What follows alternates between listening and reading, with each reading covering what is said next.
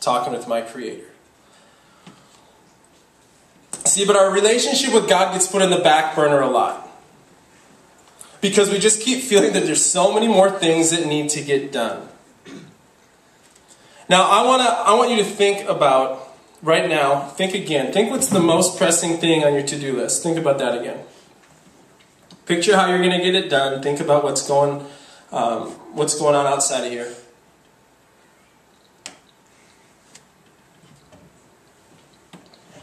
Okay, now I want you to ask the question and think about it this way. Think about, okay, I have this to do, and that's all that's consuming my mind. And I'm just asking you to compare whatever that thing is. Compare that to spending time with God or your eternity with God. Compare those things next to each other and see if they even come close to matching up. See, there's two things, and I'm not saying those things don't matter, trust me, but there's two things that are eternal. What I would say that are eternal significance on the earth. And that's our relationship with God and our relationship with other people. That's the stuff that's the lasting effect. That's the eternal effect of our lives.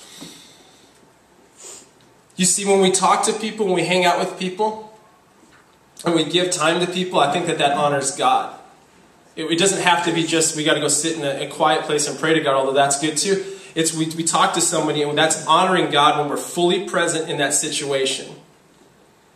But sometimes we're not. Sometimes we're not, because here's the thing, people, and I promise this, that people will ultimately, they'll forget what you say. They'll forget what you do even. But I promise you, the one thing that people will remember is how you made them feel. I'm going to say that again. People won't remember what you say. They won't remember even what you do, but they will remember how you made them feel. And if we're walking around like we don't have enough time for people, people will notice that and they'll remember that. What would that look like if somebody came up to you that's been wanting to talk to you, wanting to sit down and get some of your time, which none of us have any of, right? Somebody sat you down and they're like, oh, I really need to talk to you. Do you have any time?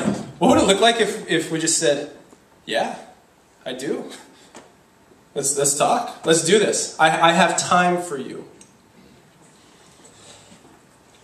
Are you satisfied? I mean, do you have enough? Because when we get enough of stuff, we tend to kind of get satisfied and then we don't really want it. We don't really want it anymore. There's a verse in Hosea in the Bible, and it says, it's in chapter 13, verse 6. It says, God says, when I fed them, they were satisfied. When they were satisfied, they became proud, and then they forgot me. Are you satisfied? I have a couple stories I want to share with you guys.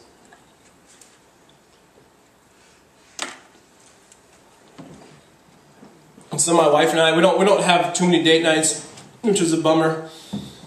But a while ago, we had this big plan. We were like, I'm going to go out to dinner to this nice restaurant. We were going to dress up and just make a night of it, make a date out of it, have a nice fancy meal, because we don't really ever go out to eat other than a drive-thru.